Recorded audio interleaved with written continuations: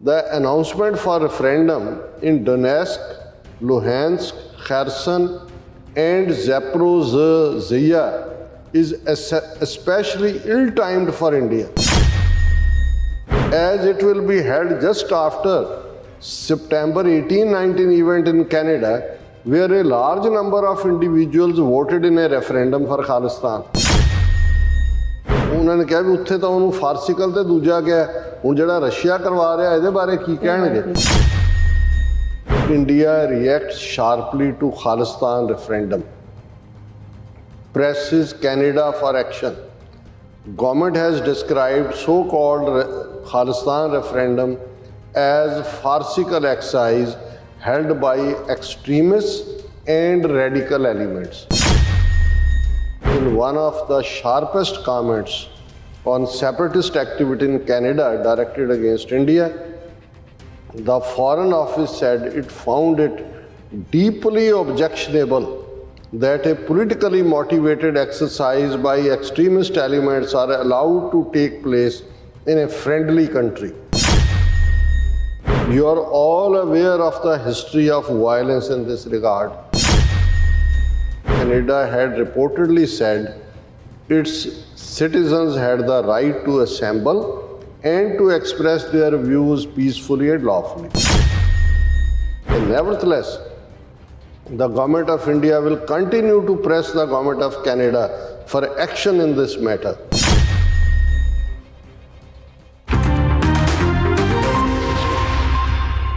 ਦਰਸ਼ਕੋ, break ਤੋਂ ਬਾਅਦ ਤੁਹਾਡਾ ਸਭ ਦਾ ਭਰਪੂਰ ਸਵਾਗਤ ਹੈ। ਸੋ ਵੀਅਰਸ, ਗੱਲਬਾਤ ਕਰਨ ਜਾ ਰਹੇ ਹਾਂ ਕਿ ਭਾਰਤ ਸਰਕਾਰ ਨੇ ਟੋਰਾਂਟੋ ਵਿੱਚ ਹੋਏ ਖਾਲਿਸਤਾਨੀ ਰੈਫਰੈਂਡਮ ਤੋਂ ਬਾਅਦ ਹੁਣ ਕੈਨੇਡਾ ਸਰਕਾਰ ਕੋਲ ਜ਼ੋਰਦਾਰ ਪ੍ਰੋਟੈਸਟ ਕੀਤਾ ਹੈ। ਸੋ ਇਸ ਬਾਰੇ ਆਪਾਂ ਗੱਲਬਾਤ ਕਰਨ ਜਾ ਰਹੇ ਹਾਂ। ਸੋ ਅਸੀਂ ਚਾਹਾਂਗੇ ਕਿ ਤੁਸੀਂ ਇਸੇ ਤਰ੍ਹਾਂ ਬਣੇ ਰਹਿਣਾ, ਦੇਖਣ ਸੁਣਨੇ ਆ ਲਿਖਣ ਲਈ ਤੁਹਾਡਾ ਸਭ ਦਾ ਬਹੁਤ ਬਹੁਤ ਸ਼ੁਕਰੀਆ ਜੀ। ਡਾਕਟਰ ਸਾਹਿਬ, ਕੀ ਕਹਿਣਾ ਚਾਹੋਗੇ?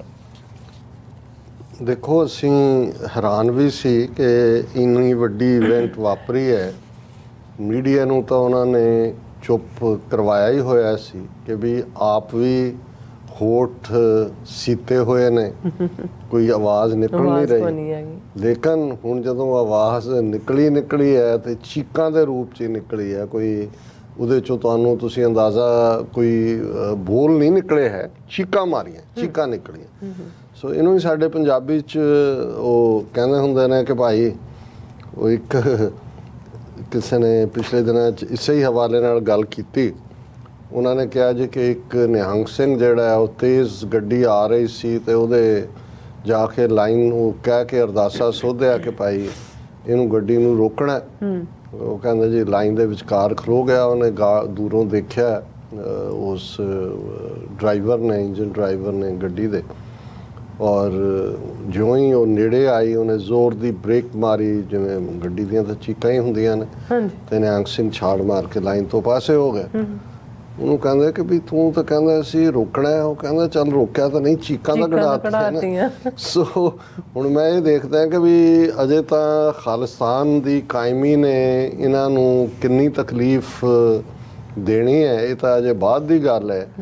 ਅਜੇ ਤਾਂ ਜਿਹੜੀ ਪ੍ਰੋਸੈਸ ਹੈ ਜਿਹਦੇ ਥੱਲੇ ਸਿੱਖ ਆਪਣੀ ਵਿਲ ਦੱਸ ਰਹੇ ਨੇ, ਔਰ ਕਿਉਂਕਿ ਇਹ ਗੱਲ ਇਕੱਲੀ ਇਹ ਨਹੀਂ ਹੈ ਵੀ ਇਹਦੇ ਨਾਲ, ਇਹ ਵੀ ਨੋਨ ਬਾਈਂਡਿੰਗ ਹੈ। ਔਰ ਉਹਦੇ 'ਚ ਕੈਨੇਡਾ ਗੌਰਮੈਂਟ ਨੇ ਪਹਿਲਾਂ ਹੀ ਕਿਹਾ ਜੀ ਕਿ ਅਸੀਂ ਸਪੋਰਟ ਨਹੀਂ ਕਰਦੇ, ਅਸੀਂ ਤਾਂ ਇੰਡੀਆ ਦੀ ਯੂਨਿਟੀ ਇੰਟੈਗਰਿਟੀ ਨੂੰ ਚੱਟਾਂਗੇ। ਜ਼ਰੂਰ ਚੱਟੋ ਤੁਸੀਂ।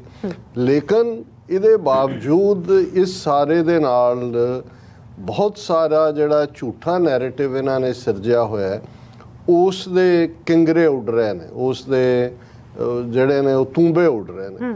ਔਰ ਉਹਦੇ 'ਚ ਇੱਕ ਵੱਡਾ ਇਹ ਕਿ ਖਾਲਿਸਤਾਨ ਦੇ ਹਮਾਇਤ ਦੇ ਵਿੱਚ ਸਿੱਖ ਨਹੀਂ ਨੇ। ਇਹ ਮੁੱਠੀ ਭਰ ਲੋਕ ਜਿਨ੍ਹਾਂ ਦੇ ਲਈ ਉਹ ਲਫ਼ਜ਼ ਕਿਸੇ ਜ਼ਮਾਨੇ 'ਚ ਸਿੱਧਾ ਟੈਰਰਿਸਟ ਇਸਤੇਮਾਲ ਕਰਦੇ ਸੀ, ਹੁਣ ਵੀ ਉਹਨਾਂ ਦੀ ਫੋਰਨ ਮਿਨਿਸਟਰੀ ਦੇ ਸਪੋਕਸਮੈਨ ਨੇ ਉਸ ਨੂੰ farcical exercise held by extremist and radical elements. ਵੈਸੇ ਟੈਰਰਿਸਟ ਕਹਿ ਦਿੰਦੇ ਫਿਰ ਦੋਨੋਂ ਲਫ਼ਜ਼ ਵੀ ਨਹੀਂ ਇਸਤੇਮਾਲ ਕਰਨ ਦੀ ਲੋੜ ਪੈਣੀ ਸੀ। ਫਿਰ ਤਾਂ ਹੁੰਦਾ ਵੀ 1.5 ਲੱਖ ਟੈਰਰਿਸਟ ਆ ਗਿਆ ਟੋਰਾਂਟੋ ਦੀਆਂ ਸੜਕਾਂ 'ਤੇ, ਅਤੇ ਜੇ ਲੱਖ ਦਹਿਸ਼ਤਗਰਦ ਆ ਜਾਏ ਤਾਂ ਕਿਹੜੀ ਦੁਨੀਆ ਦੀ ਫੌਜ ਰੋਕ ਸਕਦੀ ਹੈ ਕਿਸੇ ਨੂੰ? ਸੋ ਉਸ ਤੋਂ ਇਹਨਾਂ ਦੀ ਡੀਪ ਫਰਸਟ੍ਰੇਸ਼ਨ ਜ਼ਾਹਰ ਹੁੰਦੀ ਹੈ।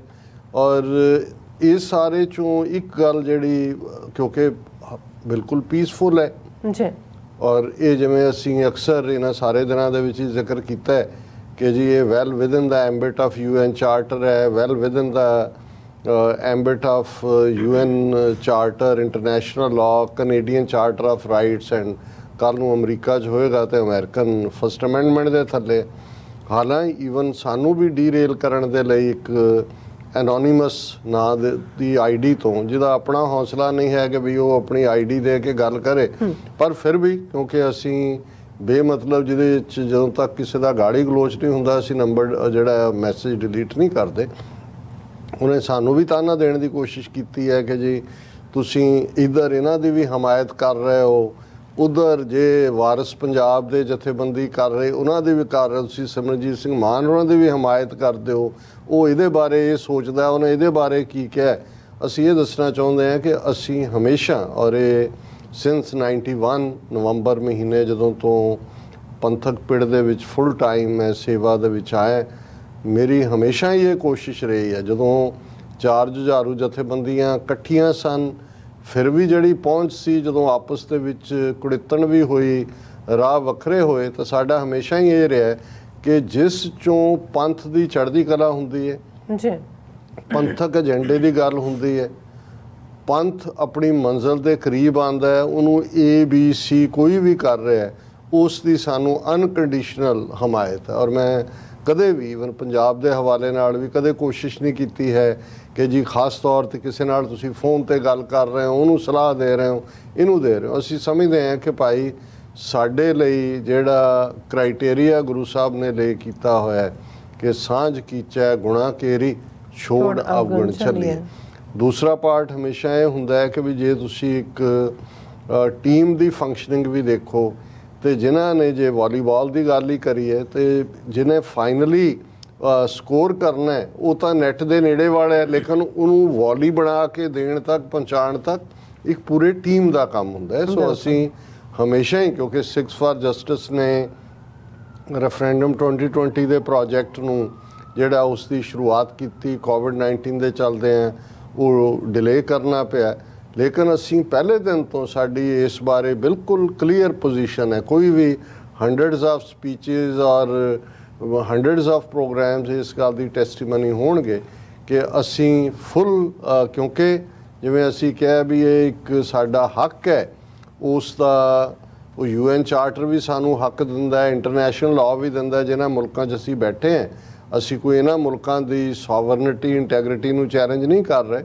ਅਸੀਂ ਉਹੀ ਹੱਕ ਮੰਗ ਰਹੇ ਹਾਂ ਜਿਹੜਾ ਆਲਰੇਡੀ ਜਿਨ੍ਹਾਂ ਚਾਰਟਰਸ ਦੇ ਉੱਤੇ ਇਹਨਾਂ ਮੁਲਕਾਂ ਨੇ ਦਸਤਖਤ ਕੀਤੇ ਹੋਏ ਨੇ। ਔਰ ਉਹਨਾਂ ਦੇ ਆਪਣੇ ਮੁਲਕਾਂ ਦੇ ਜਿਹੜੇ ਕੈਨੇਡਾ, ਜਿਹਨੇ ਖੁਦ 1980 ਔਰ 1995 'ਚ 2 ਵਾਰ ਕਿਊਬੈਕ ਦੇ ਵਿੱਚ ਰੈਫਰੈਂਡਮ ਕਰਵਾਇਆ, ਔਰ ਉਹਨਾਂ ਨੂੰ ਕੀ ਇਤਰਾਜ਼ ਹੈ ਵੀ ਕੈਨੇਡੀਅਨ ਸਿਟੀਜ਼ਨਸ ਦਾ ਹੱਕ ਹੈ, ਉਹਨਾਂ ਨੇ ਕਿਤੇ ਵੀ ਇਕੱਠੇ ਹੋ ਕੇ ਆਪਣੇ ਮੁਲਕ 'ਚੋਂ ਕੀ ਢਾਂਚਾ ਚਾਹੁੰਦੇ ਨੇ, ਇਹਦੇ 'ਚੋਂ ਕੋਈ ਕੈਨੇਡਾ ਦੇ ਫਿਊਚਰ ਦੀ ਗੱਲ ਤਾਂ ਨਹੀਂ ਕਰ ਰਹੇ। ਲੇਕਿਨ ਜਦੋਂ ਇਹਨਾਂ ਨੂੰ ਹੁਣ ਇਹ ਤਕਲੀਫ ਹੈ ਕਿ ਵੀ ਪਹਿਲਾਂ ਤਾਂ ਇਹ ਸਮਝਦੇ ਸੀ ਕਿ ਇਹੀ ਕਹੀ ਜਾਓ ਜੀ 2.5 ਟੋਟਰੂ few radicals here and there, London ਦੇ ਇਕੱਠ ਨੇ ਜਿਹੜਾ ਉਹ ਪਹਿਲਾਂ ਕ੍ਰੀਏਟ ਕੀਤਾ, ਫਿਰ ਇਹਨਾਂ ਨੇ ਆਪਣਾ ਨਜ਼ਲਾ UK ਦੀ ਸਰਕਾਰ 'ਤੇ ਝਾੜਨਾ ਚਾਹਿਆ, ਉਸ ਤੋਂ ਬਾਅਦ 2-4 ਉੱਥੇ ਪ੍ਰੋਟੈਸਟ ਦੇ ਦੌਰਾਨ ਔਰ ਦੂਜੀ ਹਿੰਸਕ ਘਟਨਾਵਾਂ ਕਰਨ ਦੀ ਕੋਸ਼ਿਸ਼ ਵੀ ਕੀਤੀ, ਲੇਕਿਨ ਉਹਦੇ 'ਚ ਫੇਲ ਹੋਏ।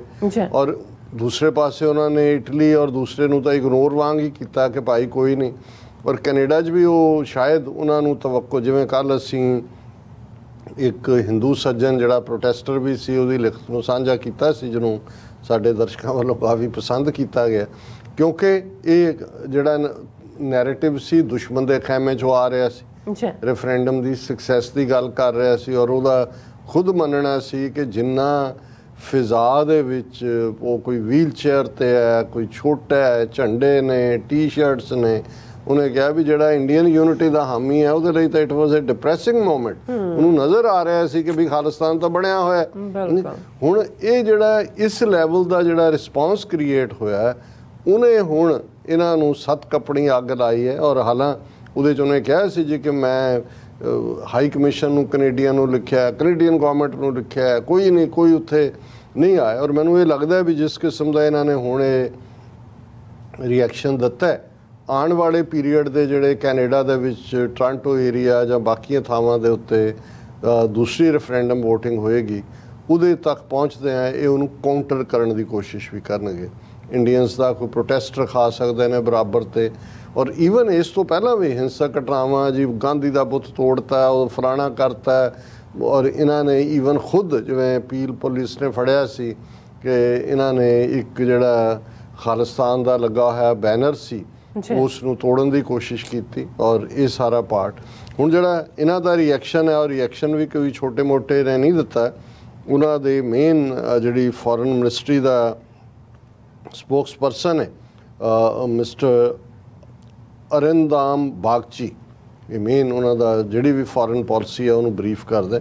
ਔਰ ਜਿਹੜਾ ਉਹਨਾਂ ਦੀ ਮੇਨ ਨਿਊਜ਼ ਏਜੰਸੀ ਨੇ ਹੈਡਲਾਈਨ ਵੀ ਲਾਈ ਹੈ ਇਸ ਖਬਰ ਦੀ, India react sharply to Khalistan referendum, presses Canada for action. Government has described so-called Khalistan referendum as farcical exercise held by extremists and radical elements. ਹੁਣ ਕੈਨੇਡੀਅਨ ਸਿਟੀਜ਼ਨ ਸਾਰੇ ਜਿਹੜਾ ਲੱਖ ਬੰਦਾ ਉੱਥੇ ਆਇਆ ਉਹਨਾਂ ਦੀਆਂ ਨਜ਼ਰਾਂ 'ਚ ਐਕਸਟ੍ਰੀਮਿਸਟ ਔਰ ਰੈਡੀਕਲ ਹੈ, ਔਰ ਕੈਨੇਡਾ ਦੇ ਉੱਤੇ ਉਹਨਾਂ ਨੇ ਆਪਣਾ ਨਜ਼ਲਾ ਵੀ ਝਾੜਿਆ। ਉਹਨਾਂ ਨੇ ਇਹ ਕਿਹਾ ਕਿ ਵੀ in one of the sharpest comments on separatist activity in Canada directed against India, the Foreign Office said it found it deeply objectionable that a politically motivated exercise by extremist elements are allowed to take place in a friendly country. ਕਿ ਇੱਕ ਦੋਸਤ ਮੁਲਕ Canada ਦੇ ਵਿੱਚ ਇਸ ਕਿਸਮ ਦੀ deeply ਓਬਜੈਕਸ਼ਨੇਬਲ ਜਿਸ 'ਤੇ ਬਹੁਤ ਡੂੰਘਾ ਸਾਨੂੰ ਇਤਰਾਜ਼ ਹੈ, ਔਰ ਇਹ politically motivate, of course politically motivated ਹੈ, ਪਰ ਤੁਹਾਨੂੰ ਕੀ ਤਕਲੀਫ ਹੈ?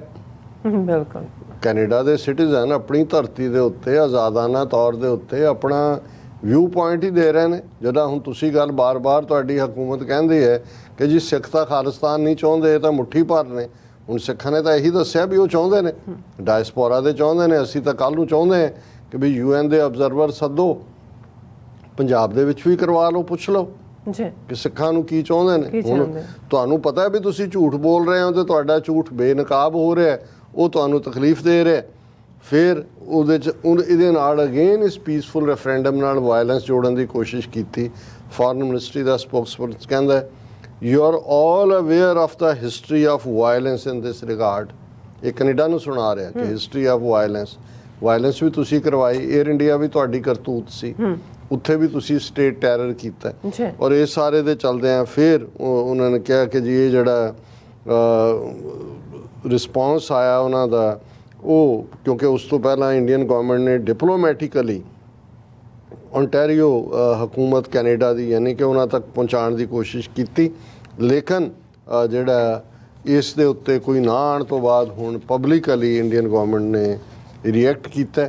ਔਰ ਇਹ ਜਿਹੜਾ ਕੈਨੇਡਾ ਨੇ ਗੌਰਮੈਂਟ ਨੇ ਕਿਹਾ, Canada had reportedly said its citizens had the right to assemble and to express their views peacefully and lawfully. Canadian government ਦਾ ਬਿਲਕੁਲ ਕਿ ਭਾਈ ਸਾਡੇ ਸ਼ਹਿਰੀਆਂ ਨੂੰ ਇਕੱਠੇ ਹੋਣ ਦਾ ਔਰ ਅਮਨਮਈ ਤਰੀਕੇ ਨਾਲ ਕੋਈ ਵੀ ਆਪਣਾ ਵਿਊ ਦੇਣ ਦਾ ਹੱਕ ਹੈ। ਉਹਨਾਂ ਨੇ ਕਿਹਾ ਵੀ ਠੀਕ ਹੈ, ਅਸੀਂ ਇੰਡੀਆ ਦੀ ਟੈਰੀਟੋਰੀਅਲ ਇੰਟੈਗ੍ਰਿਟੀ ਯਕੀਨ ਕਰਦੇ ਔਰ ਅਸੀਂ ਜਿਹੜਾ ਹੈ ਲੇਕਿਨ ਉਹਦੇ 'ਚ ਮਿਨਿਸਟਰੀ ਆਫ ਐਕਸਟਰਨਲ ਅਫੇਅਰਸ ਫਿਰ ਕਹਿ ਰਹੀ ਹੈ ਨੈਵਰਥਲੈਸ the government of India will continue to press the government of Canada for action in this matter। ਉਹਨੇ ਕਿਹਾ ਜੀ ਅਸੀਂ ਦਬਾਅ ਬਣਾ ਕੇ ਰੱਖਾਂਗੇ ਕਿ ਵੀ ਹੁਣ ਗੱਲ ਇਕੱਲੀ ਇਹ ਨਹੀਂ ਹੈ ਵੀ ਕੈਨੇਡਾ 'ਚ ਜਿਸ ਲੈਵਲ ਦੇ ਉੱਤੇ ਸਿੱਖ ਬਾਹਰ ਆਏ ਉਸ ਨੇ ਇਹਨਾਂ ਨੂੰ ਤਕਲੀਫ ਦਿੱਤੀ ਹੈ। ਹੁਣ ਇਹ ਫਸੇ ਹੋਏ ਨੇ ਕਿਉਂਕਿ ਇੱਕ ਪਾਸੇ ਇਹ ਰੂਸ ਔਰ ਅਮਰੀਕਾ ਦੀ ਇਸ ਯੂਕਰੇਨ ਦੇ ਮੁੱਦੇ 'ਤੇ ਪੋਲਰਾਈਜੇਸ਼ਨ ਵਿੱਚ ਜੇ ਖਲੋਣਾ ਚਾਹੁੰਦੇ ਸੀ ਕਿ ਜੀ ਅਸੀਂ ਜੰਗ ਦੇ ਖਿਲਾਫ ਹੈ, ਪਰ ਰੂਸ ਨੂੰ ਵੀ ਉਹਨਾਂ ਨੇ UN ਸਿਕਿਉਰਿਟੀ ਕਾਉਂਸਲ 'ਚ 2 ਵਾਰ ਸੇਵ ਕੀਤਾ ਕਿ ਉਹਨੂੰ ਐਜ਼ ਏ ਅਗਰੈਸਰ ਨਹੀਂ ਕਹਿਣ ਦਿੱਤਾ। ਹੁਣ ਰਸ਼ੀਆ ਅਸੀਂ ਕੱਲ੍ਹ ਜ਼ਿਕਰ ਕੀਤਾ ਸੀ ਕਿ ਭਾਈ ਉਹਨੇ ਜਿੱਥੇ ਨਿਊਕਲੀਅਰ ਥ੍ਰੈਟ ਦੀ ਗੱਲ ਕੀਤੀ 3 ਲੱਖ ਜਿਹੜੇ ਰਿਜ਼ਰਵਸ ਨੇ ਉਹ ਉਹਨਾਂ ਨੇ ਤਲਬ ਕਰ ਲਏ, ਔਰ ਨਾਲ ਦੀ ਨਾਲ ਉਹਨਾਂ ਨੇ ਹੁਣ ਜਿਹੜੇ 2 ਈਸਟਰਨ ਉਹਨਾਂ ਦੇ ਬਲਾਕ ਦੇ ਨੇ ਜਿਨ੍ਹਾਂ 'ਤੇ ਉਹਨਾਂ ਨੇ ਕਬਜ਼ਾ ਕੀਤਾ ਉਹਨਾਂ 'ਚ ਜਿਹੜੇ ਨੇ ਡੋਨੈਸਕ ਐਂਡ ਲੁਹਾਂਸਕਾ ਔਰ ਖਰਸੋਨ ਐਂਡ ਜ਼ੈਬੋਫਰੀਜ਼ੀਆ ਇਹਨਾਂ ਦੇ ਵਿੱਚ ਜਿਹੜਾ ਰਸ਼ੀਆ ਨੇ ਆਕੂਪਾਈ ਕੀਤਾ ਹੋਇਆ ਇਹਦੇ 'ਚ ਰਸ਼ੀਆ ਨੇ ਕਿਹਾ ਜੀ ਅਸੀਂ ਰੈਫਰੈਂਡਮ ਕਰਾਵਾਂਗੇ। ਹੁਣ ਯੂਕਰੇਨ ਦੇ ਇਲਾਕੇ ਖੋਏ ਨੇ ਫੋਰਸਫੁਲੀ, ਲੇਕਿਨ ਰੈਫਰੈਂਡਮ ਰਾਹੀਂ ਇਹ ਉੱਥੇ ਸਾਬਤ ਕਰਨਾ ਚਾਹੁੰਦਾ ਰਸ਼ੀਆ ਕਿ ਜੀ ਇਹ ਤਾਂ ਜਿਹੜੇ ਨੇ ਰਹਿਣੇ ਨਹੀਂ ਚਾਹੁੰਦੇ ਯੂਕਰੇਨ ਦੇ ਨਾਲ, ਇਹ ਤਾਂ ਰਸ਼ੀਆ ਨਾਲ ਰਹਿਣਾ ਚਾਹੁੰਦੇ ਨੇ। ਇਹਨਾਂ ਰੀਜਨ 'ਚ ਇਹਨਾਂ ਨੇ ਰੈਫਰੈਂਡਮ ਕਰਵਾਉਣਾ। ਹੁਣ ਜਿਹੜੇ ਇਹਨਾਂ ਦਾ ਆਪਣਾ ਮੀਡੀਆ ਵੀ ਚੀਕਾਂ, ਔਰ ਇਹ 23 ਤੋਂ 27 ਸਤੰਬਰ ਤੱਕ ਅਗਲੇ ਜਿਹੜਾ ਕੱਲ ਉਹ ਸ਼ੁਰੂ ਹੋ ਜਾਣਾ ਰੈਫਰੈਂਡਮ। ਇਹਨਾਂ ਜਿਹੜੇ ਮੈਂ 4 ਇਹਨਾਂ ਸੂਬਿਆਂ ਦਾ ਜ਼ਿਕਰ ਕੀਤਾ, ਡੋਨੈਸਕ ਐਂਡ ਲੁਹਾਂਸਕ ਐਂਡ ਖਰਸਾਨ ਐਂਡ ਜ਼ੈਪਰੋਜ਼ਫੀਆ, 23 ਤੋਂ 27 ਤੱਕ। ਹੁਣ ਇੰਡੀਆ ਅੱਜ ਕੱਲ੍ਹ ਚੱਲ ਰਿਹਾ UN ਦਾ ਜਨਰਲ ਸੈਸ਼ਨ, ਜਨਰਲ ਅਸੈਂਬਲੀ ਦਾ, ਔਰ ਅਸੀਂ ਫਿਰ ਹਾਲਾਂਕਿ ਐਡ ਚੱਲ ਰਹੀ ਹੈ, ਅਸੀਂ ਇਹ ਵੀ ਦੱਸਦੇ ਹੀ ਹੈ ਕਿ ਪਰਸੋਂ ਯਾਨੀ ਕਿ ਸੈਚਰਡੇ ਸਾਡੇ ਯਾਕੂਬ ਭਾਈ ਲਗਾਤਾਰ ਕਮੈਂਟ ਵੀ ਕਰਦੇ ਨੇ ਕਿ ਪ੍ਰੋਟੈਸਟ ਜਿਹੜਾ 11 ਵਜੇ ਤੋਂ ਲੈ ਕੇ ਆਲਮੋਸਟ 4 ਵਜੇ ਤੱਕ ਹੋਏਗਾ। ਉਸ ਦਾ ਪਰਮਿਟ ਹੈ, ਕਸ਼ਮੀਰੀ ਭਰਾ ਭੈਣਾਂ ਵੀ ਸਾਡੇ ਕਰ ਰਹੇ ਨੇ, ਸਾਡੇ ਕੋਲ ਵੀ ਪਰਮਿਟ ਹੈ, ਔਰ ਉਹਦੇ 'ਚ ਅਸੀਂ ਅਪੀਲ ਵੀ ਕਰਾਂਗੇ ਕਿ ਵੱਡੀ ਗਿਣਤੀ 'ਚ ਸ਼ਮੂਲੀਅਤ ਕਰੋ। TV 84 ਵੱਲੋਂ ਇਸ ਪ੍ਰੋਟੈਸਟ ਰੈਲੀ ਨੂੰ ਲਾਈਵ ਕਵਰ ਕੀਤਾ ਜਾਏਗਾ। ਹੁਣ ਉਸ ਦੇ ਵਿੱਚ ਜਿਹੜਾ ਇੰਡੀਆ ਦਾ ਨੁਮਾਇੰਦਾ ਫੋਰਨ ਮਿਨਿਸਟਰ S ਜੈਸ਼ੰਕਰ, ਉਹਨੇ ਐਡਰੈਸ ਕਰਨਾ 24 ਤਰੀਕ ਨੂੰ। ਪਹਿਲਾਂ ਮੋਦੀ ਦੇ ਆਉਣ ਦੀ ਉਡੀਕ ਸੀ, ਹੁਣ ਵੀ ਪਤਾ ਨਹੀਂ ਮੌਕੇ ਤੇ ਟਪਕ ਪਏ, ਪਰ ਹਾਲ ਦੀ ਘੜੀ ਜਿਹੜਾ ਸ਼ਾਇਦ S ਜੈਸ਼ੰਕਰ ਹੀ ਹੋਏ, ਲੇਕਿਨ ਇੰਡੀਆ ਦੀ ਰਿਪਰੈਜ਼ੈਂਟੇਸ਼ਨ ਹੀ ਉਹਨੇ ਕਰਨੀ ਹੈ। ਸੋ ਉਹਦੇ ਖਿਲਾਫ ਸਾਨੂੰ ਆਵਾਜ਼ ਚੁੱਕਣ ਦੀ ਲੋੜ ਹੈ, ਵੱਡੀ ਗਿਣਤੀ 'ਚ ਸਾਡੀ ਪ੍ਰੈਜ਼ੈਂਸ ਹੋਣੀ ਚਾਹੀਦੀ ਹੈ।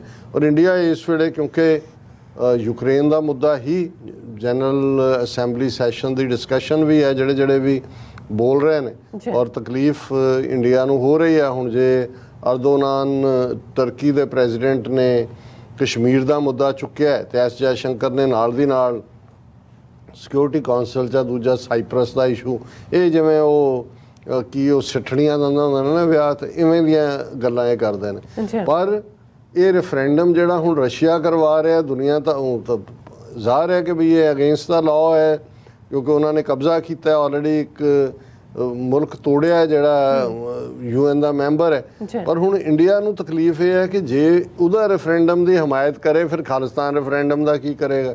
ਜੇ ਹਮਾਇਤ ਨਹੀਂ ਕਰਦਾ ਤੇ ਫਿਰ ਰੂਸ ਨੇ ਜਿਹੜਾ ਸਸਤਾ ਤੇਲ ਤੇ ਫਲਾਣਾ ਤੇ ਹਥਿਆਰਾਂ ਦੇ ਪੁਰਜੇ ਦੂਜੇ ਉਹ ਹੈ। ਹੁਣ ਇਸ ਗੱਲ ਨੂੰ ਇਹ ਮੀਡੀਆ ਵੀ ਜਿਹੜਾ ਉਹ ਸਮਝਦਾ ਕਿ ਭਾਈ ਇਹ ਜਿਹੜਾ ਪਾਰਟ ਹੈ, the announcement for referendum in Donetsk, Luhansk, Kherson and Zaporizhzhia is especially ill-timed for India, ਕਿ ਇੰਡੀਆ ਦੇ ਲਈ ਬਹੁਤ ਮਾੜਾ ਵਕਤ ਹੈ, as it will be held just after September 18-19 event in Canada, where a large number of individuals voted in a referendum for Khalistan.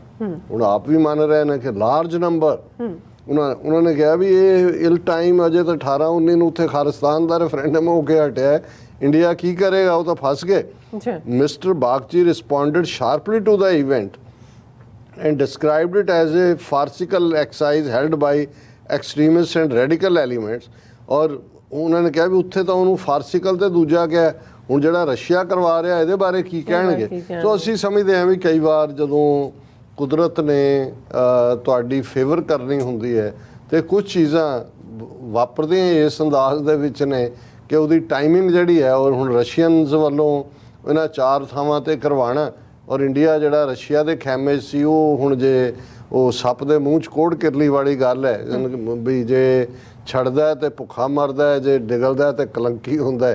ਸੋ ਇਸ ਸਾਰੇ ਦੇ ਵਿੱਚ ਅਸੀਂ ਸਮਝਦੇ ਹਾਂ ਕਿ ਵੀ ਹੁਣ ਜਿਹੜਾ ਇੰਡੀਆ ਬੋਲਿਆ, ਭਾਵੇਂ ਮੁਰਦਾ ਬੋਲੇ, ਖੱਫਣ ਪਾੜੇ, ਲੇਕਿਨ ਚਲੋ ਖੱਫਣ ਪਾੜ ਕੇ ਨਜ਼ਰ ਤਾਂ ਆਇਆ ਵੀ ਥੱਲੇ ਮੁਰਦਾ ਸੀ। ਜੀ ਡਾਕਟਰ ਸਾਹਿਬ, ਤੁਹਾਡਾ ਬਹੁਤ ਬਹੁਤ ਸ਼ੁਕਰੀਆ। ਸਾਥ ਲੈਣ ਬ੍ਰੇਕ, ਵਿਊਅਰਸ ਤੁਸੀਂ ਇਸੇ ਤਰ੍ਹਾਂ ਹੀ ਬਣੇ ਰਹਿਣਾ, ਮਿਲਦੇ ਹਾਂ ਆਫਟਰ ਦਿਸ ਸ਼ਾਰਟ ਬ੍ਰੇਕ।